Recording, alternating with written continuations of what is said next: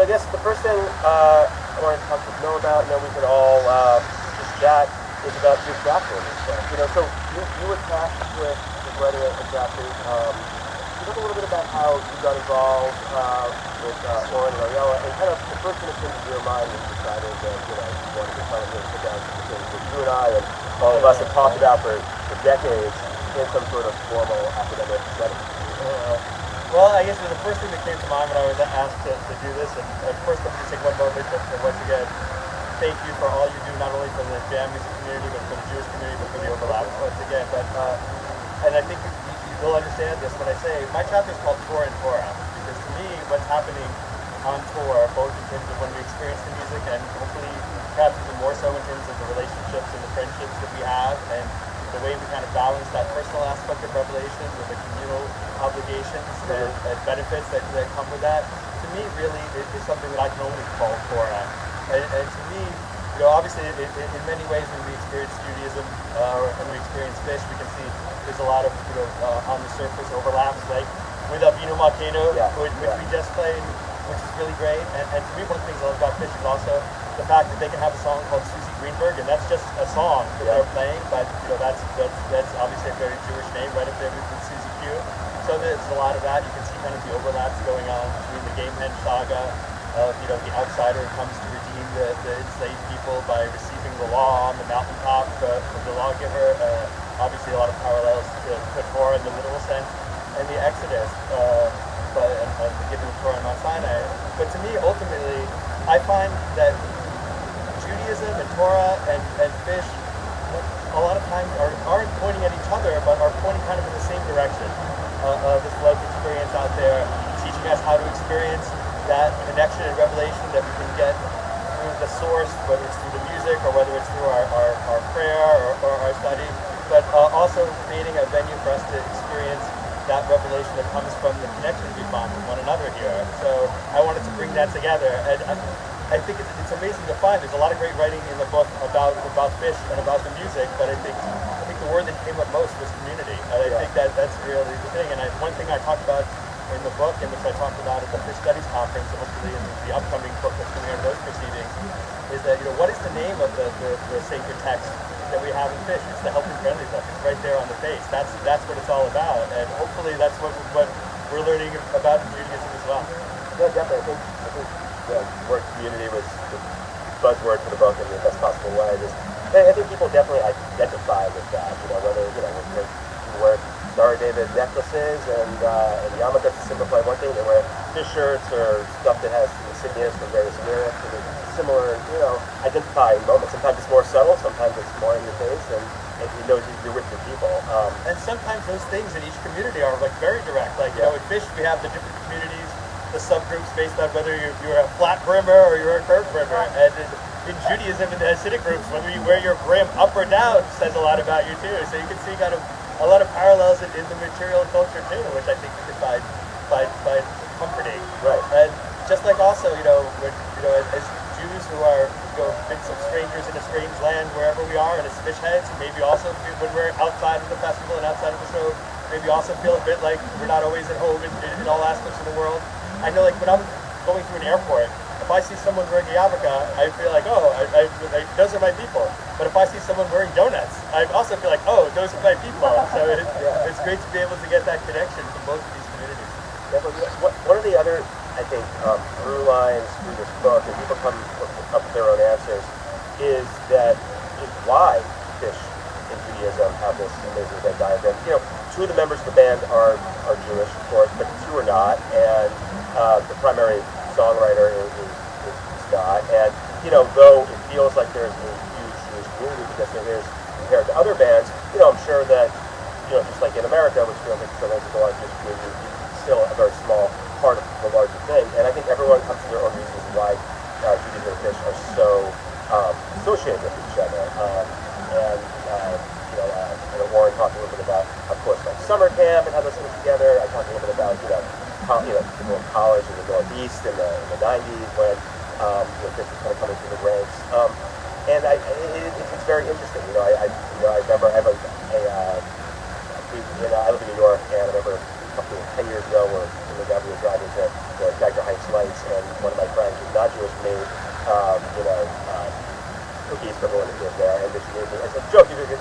oh, you go to Phish cookie because, you know, it's Hanukkah too. And I heard that felt like very like together, but in a lot of ways, there's nothing technically Jewish about Phish except that it covers things. You know, what is, in your mind, like, what is the major reason that, you know, there's this reason? I know that there's a lot of factors, but was there something you discovered when you were working with craft or just reading whatever that type of stuff? Well, I mean, there's something I think I discovered there, and maybe I also discovered that a bit in the Phish Studies conference that I went to, which was also an amazing experience. Much like the book, where you had different chapters that were coming and viewing the Phish-Jewish connection from different approaches. I was kind of theological in mine. As you pointed out, there were a lot of sociological and anthropological perspectives. Also, in the Phish conference, there was everything from again, my discussion of Phish lyrics and ethical texts and Jewish ethical texts to economic analysis and jamming as a corporate model of production, presented by Mr. Hal Stern right over there, which I've thought about in so many different contexts, which is great, seeing how it's a lot of low stakes decisions that repeat, and you can experiment and try and move forward. It's a great process for decision life.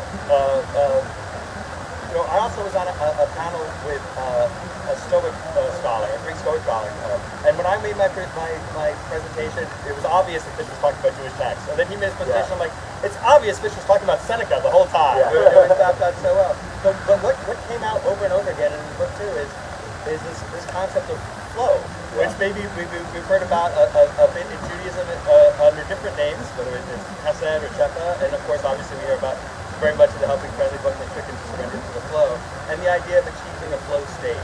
And I think that's something which obviously is hard to describe, but I think that we connect to when we're there, when we're experiencing the music, when we're feeling a connection, when we feel like we're opening ourselves up maybe a bit to being a vessel. I know many years ago in the 1.0 days, Phish famously opened for Santana.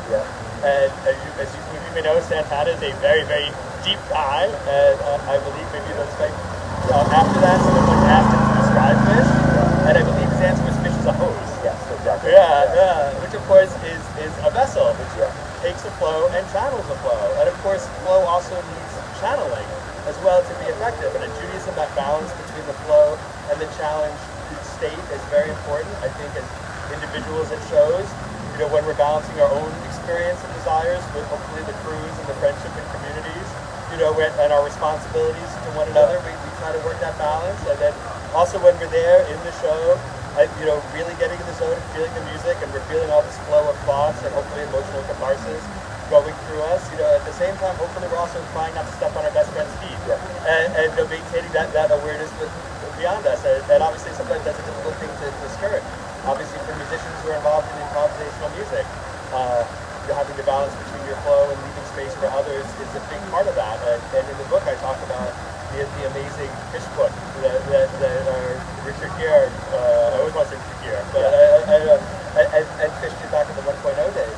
They talk about after, I believe, the 98 Colorado Denver shows, where they talk about how they started to leave space for Mike, and Fishman started to play more sparsely and leave space for each other, and how that opened them up, and that's what allowed things to flow much more deeply, and that's kind of what brought them into their peak stage. So I think hopefully those lessons about being able to strike that balance between revelation and responsibility are things that we learn through Torah and through Judaism, and hopefully are some of bit of what we're tapping into here. And maybe, you know, there's a lot of us who maybe in this broader world, broader culture we find ourselves in, don't always find that. Hopefully we can find ourselves a bit closer to that than Phish, and hopefully a bit closer to that in this context as well.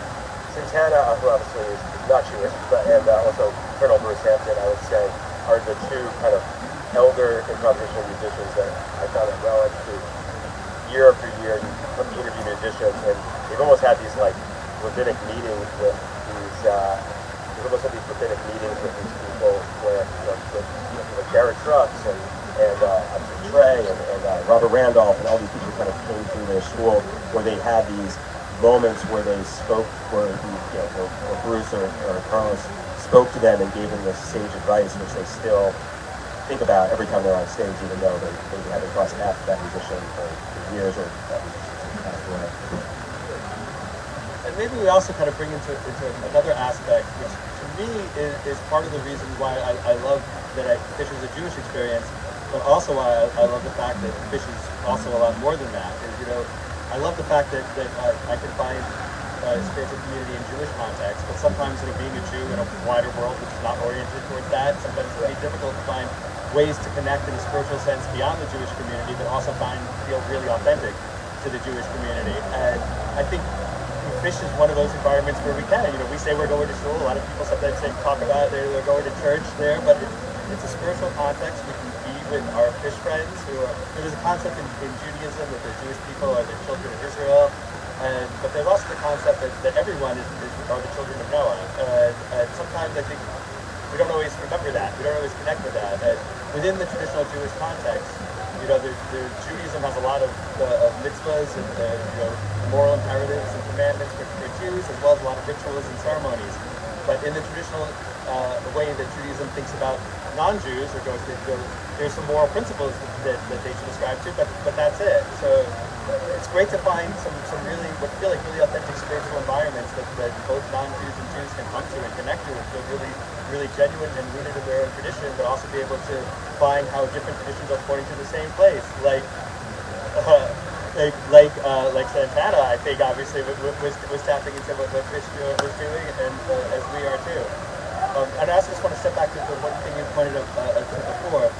Yes, two of the Phish members are not Jewish, and Phish's primary songwriter is not Jewish, but one of Phish's very significant lyricists, though not primary, is Jewish, and the Dude of Life, Steve Pollack, who penned Susie Greenberg, which you could say isn't necessarily an explicitly Jewish song, but uses a Jewish name without thinking twice. But also perhaps there's a bit in maybe some of the sense of humor that comes from Steve that also kind of relates to kind of a Jewish perspective and sense of humor.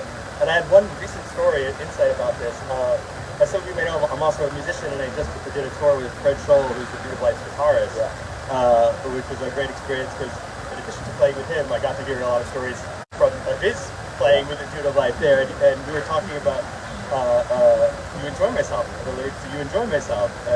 As you all know, boy, man, got the God shit, which I always thought was actually like a really great team talking about like a metaphysical hierarchy and change of being and then subverting it and bringing it around. But like Fred told me that Steve told him, where those lyrics come from originally. Do you know the story? He said, I know they were in Italy. They were in Italy. Those are all things you say when you bang your toe. It's true. It is. It absolutely is. But I think there's something very Jewish about taking a thing and being, this is so high but deep, and going around there too. That's you banged your toe. There it is.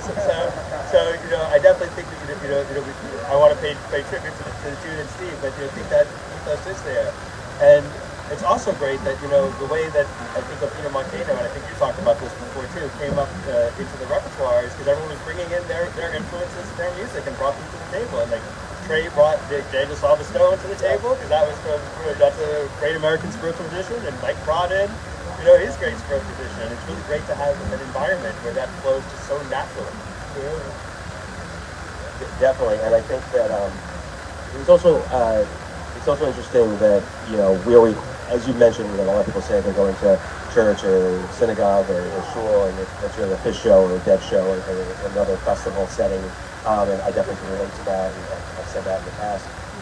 But one of the things that makes this community, this Jewish Phish community, be able to thrive in that is one is, a lot of the customs and the rituals and things that don't have to be tied to a brick and mortar place. You could have a complete, authentic religious service and spiritual experience in any setting with the right people around you and by following the right rituals.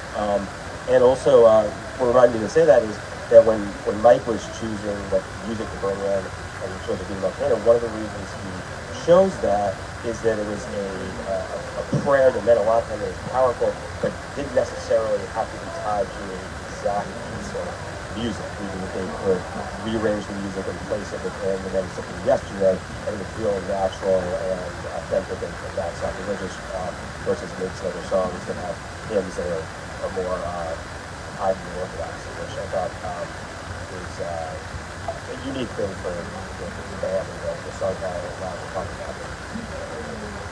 And it works so well, just musically for fans, but also, and again, without being very subtle and unspoken, those are both songs which are about creating portals and going through portals, and it's beautiful how that just flows so naturally and with such amazing subtext.